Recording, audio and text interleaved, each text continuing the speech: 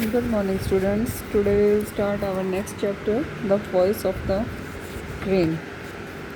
The Voice of the Rain ये हमारी poem है जिसके जो ऑथर हैं उनका नाम है वॉल्ट विटमैन। इसमें क्या लिखा है? And who are thou I said I to the soft falling shower, कि जो धीरे धीरे जो बौछारें गिर रही थी, मैंने उनसे पूछा कि तुम कौन हो। Which, strange to tell, gave me an answer as here translated. उसने मुझे उत्तर दिया कि मैं, जिसका अनुवाद इस प्रकार है, मतलब कि उसकी एक्सप्लेनेशन जो उसने मुझे दी है वो इस प्रकार है।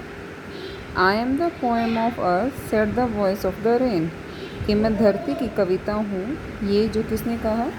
वॉइस ऑफ द रेन ने, जो वर्षा है उसने, उसकी गिरती हुई बूंदों ने। ठीक है, इसके बाद है eternal I rise impalpable out of the land and the bottomless sea. That means कि मैं अनंत रूप से एवं बिना दिखाई दे जाने वाली जमीन पर और सतहहीन सागर से उठती हूँ, सतहहीन जिसकी कोई सतह नहीं है, और आकाश की तरफ जाती हूँ, upward to heaven, whence vaguely from the altogether change and yet the same, कि जहाँ पर मैं धुंधला रूप धारण करके पूर्ण रूप से बदल जाती हूँ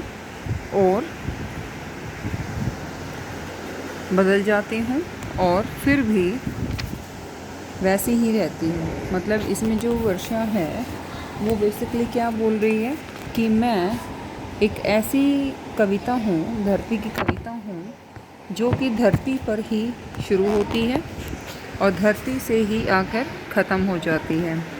ठीक है, मतलब वर्षा के ध्वनि ने कहा, मैं अनंत रूप से और एक बिना दिखाई दिए जाने वाली ज़मीन की यानी कि ज़मीन एक सतहहीन सागर से उठती हूँ और आकाश की तरफ जाती हूँ, जहाँ पर मैं धुंधला रूप धारण करके, धुंधला यानी कि वैग्युअली धुंधला रूप धारण करके पूर्ण रूप से बदल जाती हूँ और फिर भी मैं वैसी ही रहती हूँ। मतलब मेरे अंदर कोई चेंज नहीं आता है।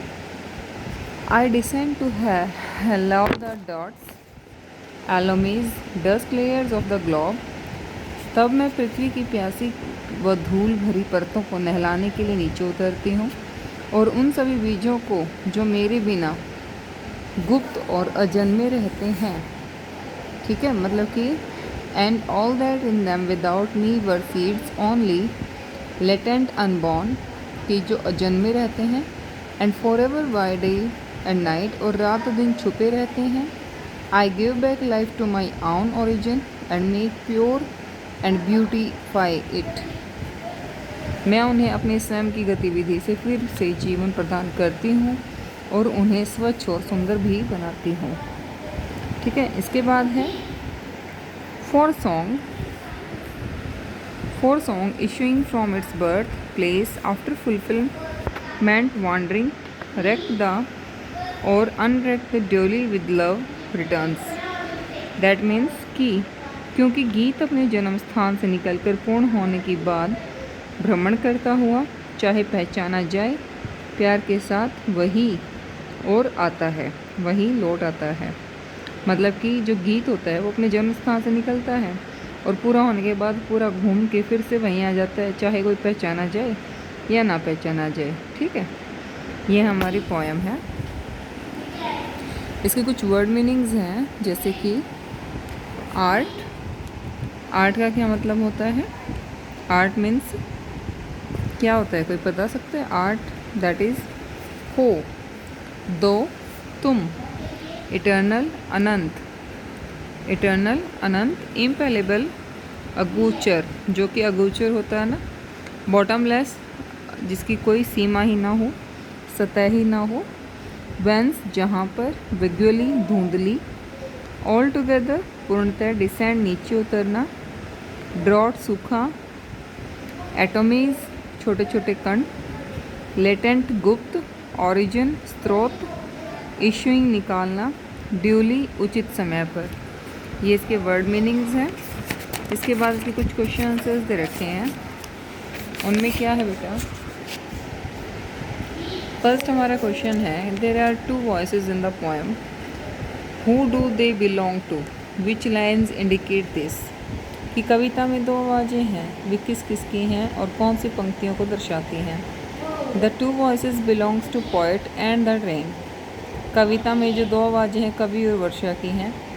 The line set the voice of the rain issuing from its birth place indicated, जो पंक्ति में ये आवाज़ है वर्षा और उसके गीत और उसके अपने जन्म में, मतलब कि जो जहाँ से वो निकलती है जन्म स्थान के बारे में बताते हैं।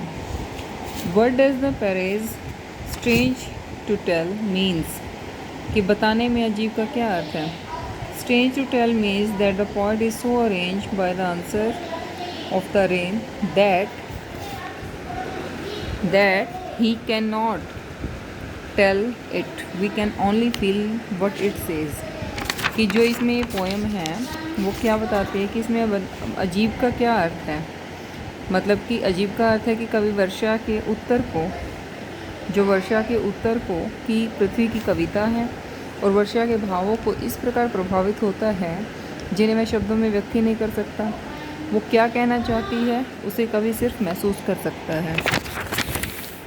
इसके बाद है third question, there is a parallel drawn between rain and music, which word indicate this, which word indicate it या this, and explain the similarities between the two, कि इन दोनों के बीच में क्या सिमिलरिटीज़ हैं।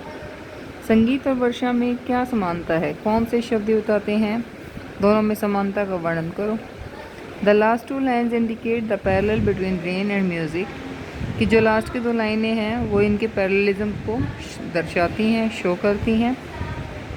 Both starts from their respective origin, accomplish their purpose and return to their respective sources and make them pure and beautiful, कि सदैव दिन वह जीवन को सौंदर्य देती है, यह मन के विचारों को प्रसन्नता देती है, गायन के लिए जन्म स्थान से उभरते हुए उपलब्धि के पश्चात उचित समय पर दिल का प्रभाव छोड़ती है, ठीक उसी प्रकार जैसे वर्षा की बूंदें पृथ्वी रूपी दिल पर अपना अमिट प्रभाव डालती हैं। इसके बाद है,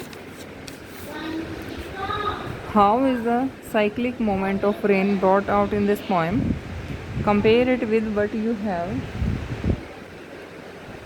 लर्नड इन साइंस, वर्षा का चक्रीय गति की कविता में कैसे दर्शाया गया है इसकी तुलना उससे करें जो आपने विज्ञान में सीखा है। इसमें बेसिकली कवि क्या बताता है कि कवि द्वारा वैज्ञानिक दृष्टिकोण से किया गया वर्षा का वर्णन एकदम से सत्य है। वर्षा का जन्म स्थान पृथ्वी है, यह लगातार जमीन व समुद्र से उठकर आकाश की ओर ऊपर जाती है। यहाँ पर वर्षा रूपी वाष्प पर वर्षा के रूप से लौटती है और शीतलता प्रदान करती है, और ऐसा प्रतीत होता है जैसे धरती सुंदर व स्वच्छ हो गई है। यह वर्षा फिर अपने जन्म स्थान पर लौट जाती है और यह चक्र बिना रुके हुए लगातार चलता ही रहता है। Why are the last two lines put within brackets, कि अंतिम जो दो पंक्तियाँ हैं उनको ब्रैकेट्स में क्यों डाला गया है। These two lines do not form part of the dialogue, कि इन्हें कोष्टक में रखा गया है। This two lines contain the comment of the poet on the nature of music, क्योंकि ये कवि और वर्षा के बीच में होने वाले जो संवाद हैं उनके हैं। And so they are put separately in brackets, इसलिए इन्हें ब्रैकेट्स में रखा गया है। तो बेटा ये थी हमारी poem the voice of the rain, और इसके हमने वर्ड मीनिंग्स कर लिए हैं, क्वेश्चन आंसर्स कर लिए हैं। आई होप आपको बहुत अच्छे से समझ में भी आ गई होगी। बारिश के बारे में हम सब बहुत अच्छे से जानते हैं, और अब हमारा जो मौसम है बारिश का वो भी आने वाला है। तो बेसिकली इसमें यही बताया गया है कि जो बारिश का अस्तित्व है वो धरती से ही शुरू होता है और हर जगह घूमने के बाद वो धरती पर ही आकर ख़त्म हो जाता है। ठीक है, तो ये अपने आप को धरती की कविता मानती है कि मैं धरती की कविता हूँ, I am the poem of the earth. ठीक है, वॉइस ऑफ द रेन जो है वो यही बोलती है, यहीं से मैं शुरू होती हूँ, यहीं पर मैं ख़त्म हो जाती हूँ, इसके अलावा मेरा कोई वजूद नहीं है। इसी तरह से कवि ने इसको एक्सप्लेन किया है। इसको बहुत अच्छे से आपको रीड करना है, और तैयार करना है। ठीक है, टिल देन बाय बाय।